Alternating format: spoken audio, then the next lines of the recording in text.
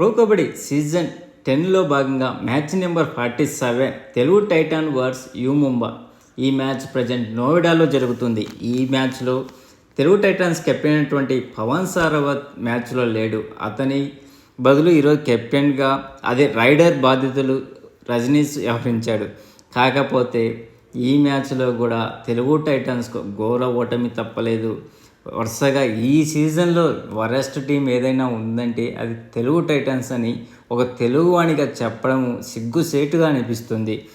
అసలు ఈరోజు పర్ఫార్మెన్స్ డిఫెండర్లు బాగానే చేశారు, రైడర్లు కూడా, కానీ చిన్న చిన్న మిస్టేక్లు చేసి సూపర్ టాకిల్స్ వల్ల ఎక్కువ పాయింట్లు సమర్పించుకున్నారు.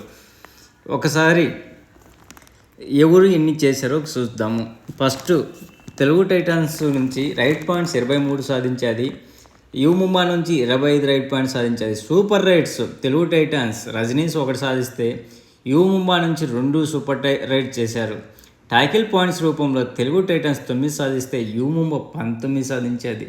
చూసారా ఇక్కడ ఎంత డిఫరెన్స్ ఉందో. ఇదే మ్యాచ్ కోల్పోవడానికి కారణమైంది. ఆల్అవుట్ రూపంలో యూ ముంబాకు 6 పాయింట్స్ లభించాయి.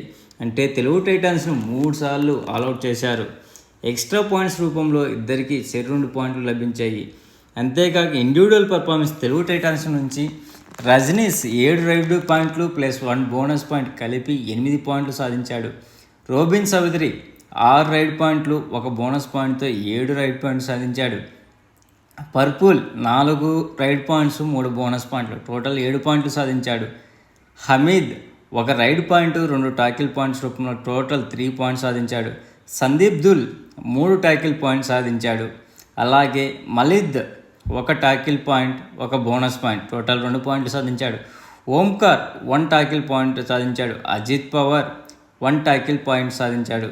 అలాగే యూ ముంబా నుంచి గుమన్ సింగ్ 8 రైడ్ పాయింట్లు ప్లస్ 2 బోనస్ పాయింట్లు టోటల్ 10 పాయింట్స్ సాధించి సూపర్ 10 సాధించాడు ఈ మ్యాచ్లో.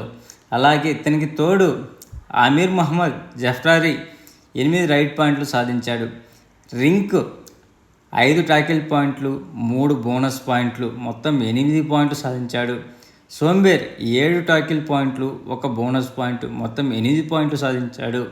అలాగే జై భగవాన్ 4 రైడ్ పాయింట్లు 1 టాకిల్ పాయింట్ 2 బోనస్ పాయింట్లు మొత్తం 7 పాయింట్లు సాధించాడు.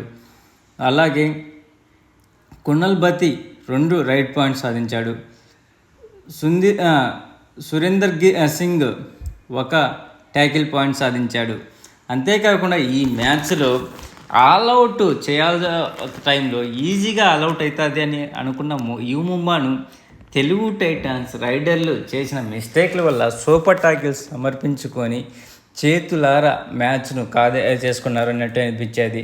ఫస్ట్ హాఫ్ ముగిసే సమయానికి 17-24 జస్ట్ 7 పాయింట్ల డిఫరెన్స్తో ఫస్ట్ హాఫ్ ముగించారు. తర్వాత సెకండ్ హాఫ్లో అయినా తేరుకొని మంచిగా విజయాన్ని దగ్గర అవుతారనుకున్నాం. విజయం అంటే ఎట్టా లేదనుకోనండి, అట్లీస్ట్ ఇది మ్యాచ్కు చేరువగా అట్లీస్ట్ 1 బోనస్ పాయింట్ అయినా సాధిస్తారేమో అని ఆశించాను. కానీ మరీ ఇంతగా చెత్త పర్ఫార్మెన్స్ ఇస్తారని అనుకోలేదు. యూ ముంబా హాఫ్ సెంచరీ చేసేది అది రైట్ పాయింట్స్ రూపంలో. ఇది క్రికెట్లా తలపించేది. ఎందుకంటే 52 పాయింట్లు చేయడం అంటే మామూలు విషయం కాదు కదా. మ్యాచ్ ముగిసే సమయానికి 34-52 18 పాయింట్ల భారీ డిఫరెన్స్తో మ్యాచ్ ఓడిపోయింది తెలుగు టైటాన్స్. ఇది 7వ పరాజయం తెలుగు టైటాన్స్కు.